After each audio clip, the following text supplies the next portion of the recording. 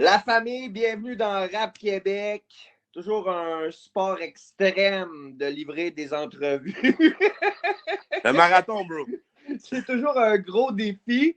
Puis ce qui est le fun, c'est que ce midi, aujourd'hui, à l'émission, on reçoit quelqu'un qui a vu l'ensemble de la technologie, un joueur d'expérience dans la grande ligue québécoise du rap. Triple OG, man. Exact. DJ Org est avec nous à l'émission. Salut Félix, comment ça va? Hey, what's up tout le monde? What's up Québec? Yes, yes. On est heureux de te recevoir. Tu célèbres tes 30 ans de carrière cette année. Ça nous rajeunit pas, Bientôt, ça va être à l'automne, mais c'est l'année de mes 30 ans, effectivement. DJ Org, tout ça, ça a commencé en 1994 avec des tags, des beats sur un petit Casio, puis des scratchs sur la table de mes parents qui me chicanaient. J'avais pas le droit. Ben oui, mais c'est justement comment t'as rencontré le hip-hop dans ta vie, dans les circonstances à l'époque? Ouais. Ah ben, tu sais, de ma génération, le hip-hop, je l'ai suivi dès mon jeune âge. Ouais. J'ai fait du Run DMC à 12 ans.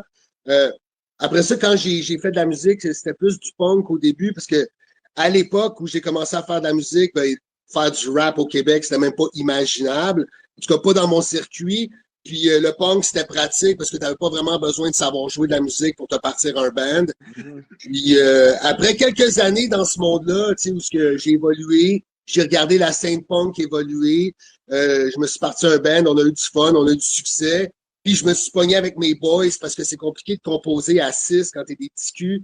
Puis t'as pas de notion c'est quoi un la dièse ou une mesure ou une barre. Ouais. Fait que j'ai commencé à faire de la musique tout seul chez nous avec des machines en 94. Puis au début, c'était plutôt de l'électro-rock, techno, puis ça a bifurqué naturellement vers le hip-hop sans que je m'en rende compte.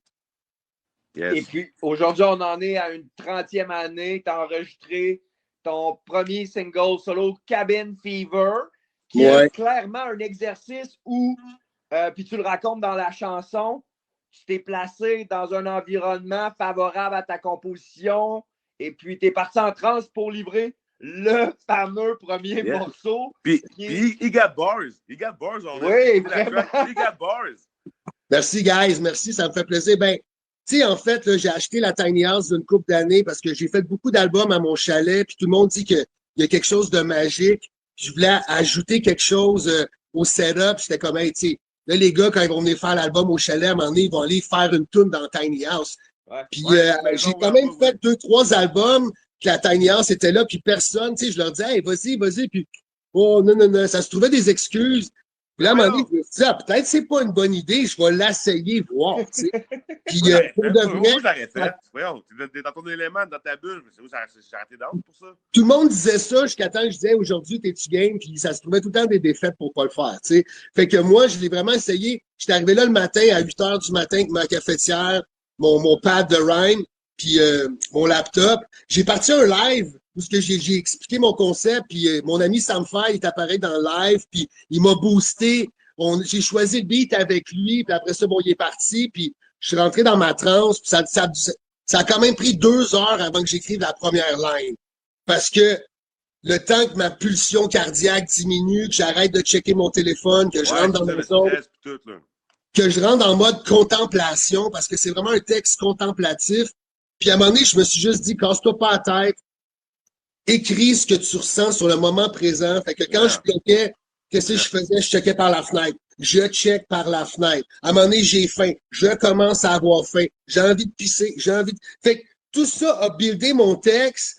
Puis, comme tu as dit, je suis tombé dans une genre de transe artistique où après 2-3 heures, j'avais plus faim, j'avais plus soif, j'avais plus la notion du temps, j'étais dans mon texte. Mais à 1 h l'après-midi, quand j'ai fini, je suis sorti de là, j'étais brûlé pour le reste de la journée, j'avais tout donné. T'sais. As-tu l'intention de reproposer certains morceaux comme ça durant le reste de l'année aussi? Ou... Ah ben moi, c'est mon année de mes 30 ans, je vais sortir plein de tunes tout le long de l'année. Cette tune-là, ben là, moi, je l'ai fait check, là, je vais pas refaire 2 fois Cabin Fever. Évidemment, c'est des artistes avec qui je travaille qui veulent essayer le concept, ça va me faire plaisir. Mais sinon, moi, Je suis plus sur des sorties planifiées parce que je sais pas si tu es au courant, mais je crois que oui, mais peut-être pas les auditeurs. Pour souligner mes 30 ans dans le rap game cette année, je vais faire un gros cabaret comme j'ai fait le 10 ans pour mes 20 ans où je vais inviter plein d'artistes avec qui j'ai travaillé au fil des ans. Ça va être sous forme de... Le 10 ans, je disais talk show, là, je vais adapter ça, on va dire podcast. Fait qu'au début, l'artiste vient sur stage, on jase 5-10 minutes de notre rencontre, de nos moments forts ensemble ou de nos carrières respectives. Puis à un moment donné, ben, t'es-tu prête? Il se lève debout, zouk, zouk, zouk. On fait une tourne ou deux devant le public, puis après ça, au suivant, tout le long de la soirée, il va y avoir un feu roulant d'artistes. Et pour souligner ce moment historique, je vais sortir un vinyle le soir même qu'on va pouvoir bientôt précommander, parce que ça va être un objet de collection numéroté, avec un beau booklet, avec... en fait, je veux pas trop en dire, mais ça va être un objet de collection définitivement signé à la main et tout. Puis, ça va être des quantités limitées. Et puis, ben c'est ça. Ce qu'il va y avoir sur le disque, ça va être en grande partie mes plus grandes réalisations dans le rap game. Donc, on parle de Ted Show, Casey Combination, Cavalier Noir, le beat à Tibi avec Another J, une tune excellente. Bon, Vintage Alos, tu sais. Mais il va aussi avoir des nouvelles chansons. Yes. Moi j'ai une question, Org. Après 30 ans dans le game, tu as fait comme tu disais, DJing, tu as toutes les branches du hip-hop. Mais pourquoi après 30 ans, tu as touché la branche MC? Pourquoi tu n'as pas eu l'air de le faire par avant? J'ai rappé auparavant, mais c'était tout le temps en mode featuring ou avec quelqu'un. Ou j'ai jamais, en fait, sauf une petite période où j'ai voulu me faire un album, puis ça a duré 6 mois, puis je vais vous dire pourquoi, après 20 ans de recul, pourquoi ça n'a pas été plus loin à ce moment-là. Ouais. Mon entourage m'encourageait pas. J'étais entouré de rappeurs qui avaient faim. Wow, puis, je comprends. J'aurais dû être plus, mais en fait, j'étais jeune, j'avais pas la sagesse que j'ai aujourd'hui. J'aurais dû faire abstraction, mais mes boys, ils étaient comme, yo, Work, t'es pas vraiment bon, continue à faire des beats, continue. Puis, tu sais, ils prêchaient pour leur paroisse. Puis aussi, j'ai jamais vraiment tant que ça voulu être un rapper en avant. Avec, tu sais, la mentalité rapper, tous les yeux sur moi. Moi, je l'ai pas. Moi, j'étais comédien quand j'étais enfant. J'ai déjà eu ça, tous les yeux sur moi, puis c'est pas quelque chose que je recherche. Non, moi, je suis vraiment dans... ouais, je comprends. Ouais, moi, je suis dans l'aboutissement artistique. Mais ça me brûlait les doigts de sortir des morceaux solo cette année, vraiment parce que c'est mes 30 ans, la vie passe vite, puis dans ma to-do list, il y avait ça. Tu as toujours été un gars qui était un excellent partenaire de travail. Tu as roulé ta bosse longtemps avec Samian. Je veux dire, vous êtes à quelque part la clé qui a permis à 7e ciel d'avancer longtemps. Sam Fay, Lionel Groove. Tu me sembles être un excellent wingman, comme on dit, sur le plan artistique. Et business aussi. Oui, absolument. Et puis, tu nous as sorti aussi la grande messe dernièrement, dans laquelle il y avait une méga panoplie d'artistes intéressants. J'ai adoré le vidéoclip sans joke, puis il y a beaucoup d'MC que je ne connaissais pas. Fait que, qu'est-ce qui a amené l'idée de la grand-messe? C'était un dimanche après-midi à la cabine? T'as dit, je vais réunir des MC dans la chapelle, let's go! Non, la grand-messe, rapidement, on était dans un spectacle à la Chasse-Galerie, à la Valtrie. Puis, il y avait tous les rappeurs qui sont dans la grand-messe étaient réunis ce soir-là pour le spectacle, soit comme spectateur ou comme performeur. Puis Clermont, gros big up à Clermont, il m'a fait un petit coup de coude. Il a dit, hey, Org, tous ces rappeurs-là, là, ça serait malade si tu faisais un cypher avec tous eux autres. Vous savez ce que j'ai répondu? Quoi? T'es fou, man! Puis si ça a eu lieu, c'est uniquement parce qu'il a dit, tu sais quoi, je m'occupe de tout le côté plate, là, de contacter le monde, puis les relancer. Puis, je m'occupe de ça, occupe-toi de ta job. Puis c'est la seule raison pour laquelle ça a fonctionné, c'est grâce à Clermont. J'y donne 100%. Évidemment, le travail que j'ai fait, je l'ai fait, mais moi, c'est une seconde nature. Puis je suis d'autant plus bien placé pour reconnaître son apport parce que là, je suis à veille de sortir un nouveau cypher cette année. Ce vendredi, le 31, surveillez mes plateformes, un gros cypher, là. Monkey, Saint-Sucré, Wally, pour de vrai, une Double G, plein de rappeurs écœurants qui n'ont jamais rappé ensemble. Wow! J'avais pas l'aide de Clermont pour cela, puis je pleurais ma vie. C'est énormément de coordination, j'ai passé 100 fois plus de temps à faire des emails puis des appels que de travailler la musique. Heureusement, le résultat en vaut amplement la peine, mais c'est beaucoup de travail. Oui, effectivement, c'est beaucoup de travail, beaucoup de coordination. c'est l'ouvrage, c'est vrai. J'appelle ça la logistique, moi. C'est le plus gros. Oui, puis contrairement à la Grande-Messe, qu'on était tous présents ce soir même, qu'on se connaissait, il y a beaucoup de rappers sur le nouveau cypher qui s'appelle The Next Station. Il y a beaucoup de rappers que j'avais jamais même rencontrés en personne. Ouais. Donc, ça donnait un niveau de difficulté encore plus haut. Ouais. Puis là, tu dis avec des gros égos, des gens qui te respectent comme artiste, mais fallait vraiment que je cuisine beaucoup plus les disponibilités. Il y en a un qui voulait un 16 bars. Lui, il avait rien à faire. Il voulait pas faire 8 bars, il voulait 16 bars. Puis finalement, il a fait 16 bars. Il a fallu que je coupe dedans. Ça m'a arraché le cœur. Mais tu sais, je peux pas laisser un boys avec 16 bars sur un cypher de 11 ça débalance le truc. Ça débalance le truc. C'est ça, exact. Ouais, je suis d'accord avec toi. Est-ce que tu as l'occasion de continuer à dessiner dans tout ça parce qu'on sait que en termes d'art visuel, tu es quelqu'un avec un super beau talent. Un bon œil. Moi, ça me fascine. Je trouve que tes dessins, ça représente tellement l'esprit de Montréal. Je trouve que c'est tellement vivant à l'intérieur de ce que tu produis. Je trouve que t'es un pour moi des artistes qui représentent le plus la ville de Montréal. Point. Moi, je dirais un pionnier de Montréal. Dans le rap game au Québec, ben, sur l'île de Montréal, moi, je dirais que t'es un pionnier à Montréal.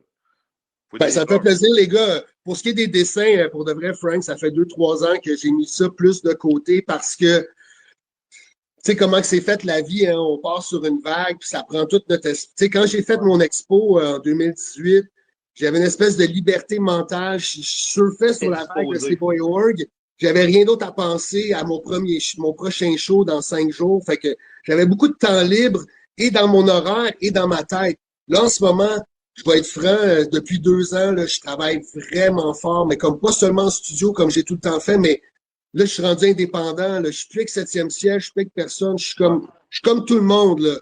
Puis c'est tough en tabarouette, là, puis c'est comme je vous ai dit, je passe 10 fois plus de temps à faire de la coordination, de email, de nanana, d'affaires vraiment plates, là, que j'aime pas, au lieu de faire de la musique. Puis ça me prend beaucoup d'énergie puis beaucoup d'espace mental. Donc, le dessin, malheureusement, en ce moment, c'est lui qui paye. Bien, pas rien que ça, mais c'est sûr que c'est un rythme que je trouve dur. Puis mon objectif, c'est ce que je vous ai parlé, c'est mon cabaret qui va être au mois de novembre à Montréal, dans un lieu inusité. Je travaille fort pour offrir une expérience unique, quelque chose une fois par 10 ans. Je vais essayer de mêler le théâtre avec les arts visuels, puis quelque chose de big. La sortie du vinyle, fait que ça, en ce moment, ça me prend tout mon jus. Ouais.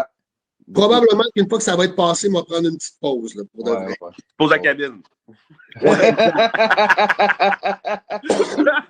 As-tu l'occasion de travailler d'autres trucs avec Seba pour, grosso modo, un peu dernièrement? Pour le vinyle, il y a une toune qui est en construction. Yeah. Malheureusement, ça fait 6 mois que ça niaise, puis j'en veux pas à mon boys parce que tout comme moi, lui avec, il a la tête pleine de ses affaires. Je ne sais pas si la toune va être prête à temps. Une chose qui est sûre, selon ses boys, il manque 4 bars pour que la toune soit prête. Puis c'est quelque chose de big qu'on voulait faire depuis longtemps, que ça, on n'avait jamais eu l'occasion. C'est sûr que cette chanson-là ne va pas passer dans le beurre, mais encore là, on va cueillir le fruit quand il sera mûr. Donc, j'aimerais ça que ça soit mûr pour mon événement. Si c'est pas le cas, ça sera bon.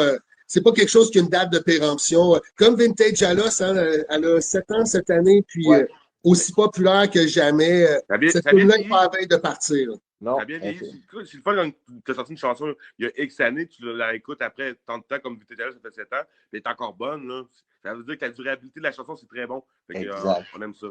Puis ce qui est le fun, c'est que pour les gens qui étaient moins des amateurs de rap, ça reste une chanson qui est bonne, ça reste une chanson qui est un verre d'oreille. Un verre d'oreille, oui, c'est ça. Ça a marqué l'imaginaire à travers tout ce qui est raconté dans cette chanson-là. Je pense que pour les gens qui étaient moins des érudits du rap, là, c'était un très bon point d'ancrage, je trouve.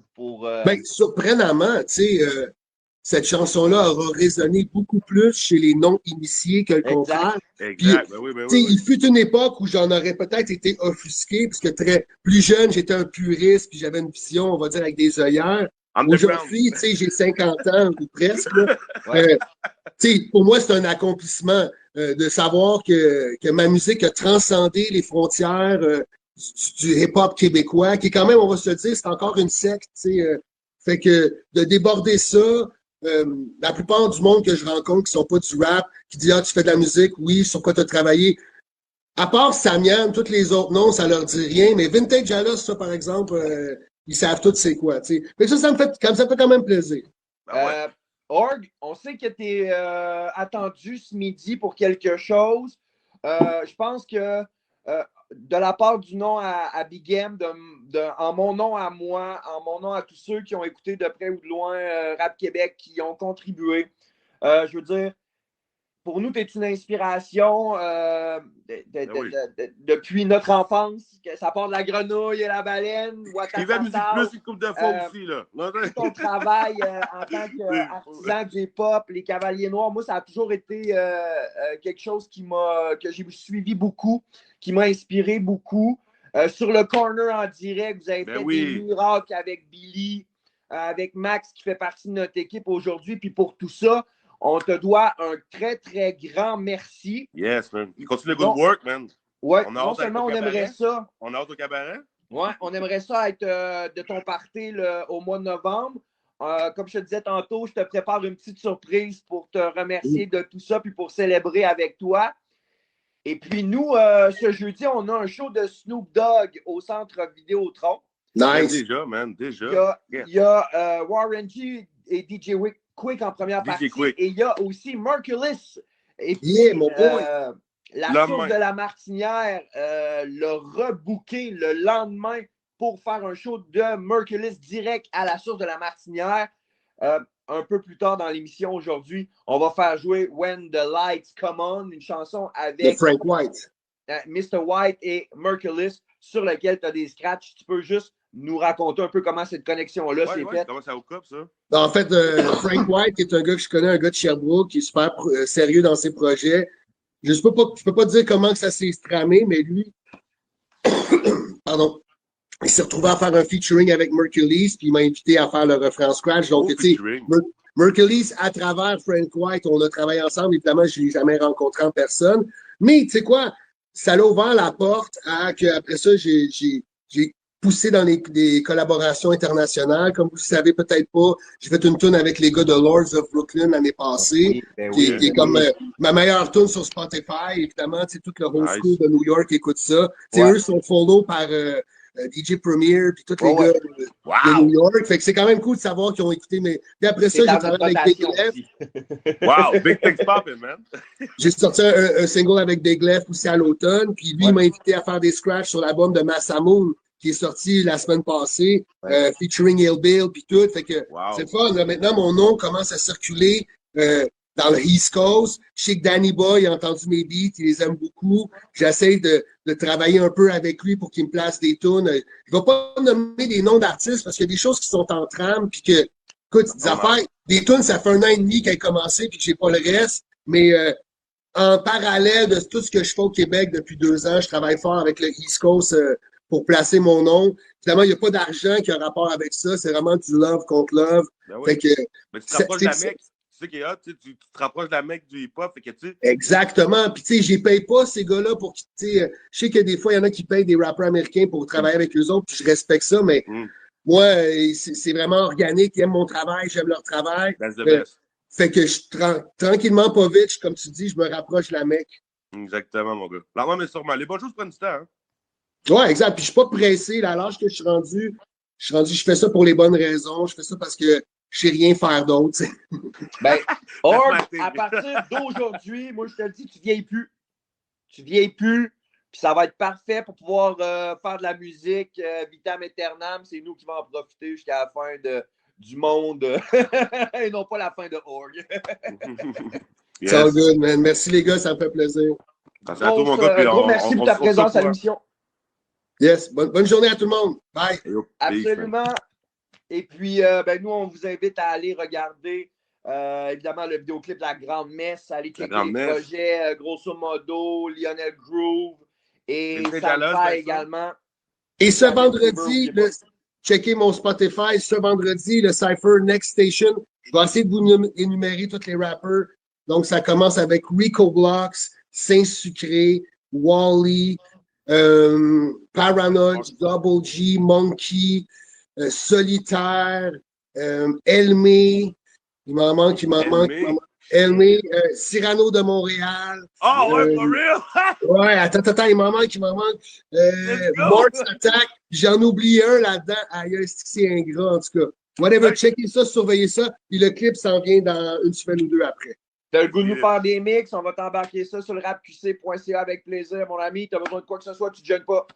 Parfait. Peace, les gars. Bye. Peace, bonne journée. Peace. C'est DJ Org dans Rap Québec. Yo!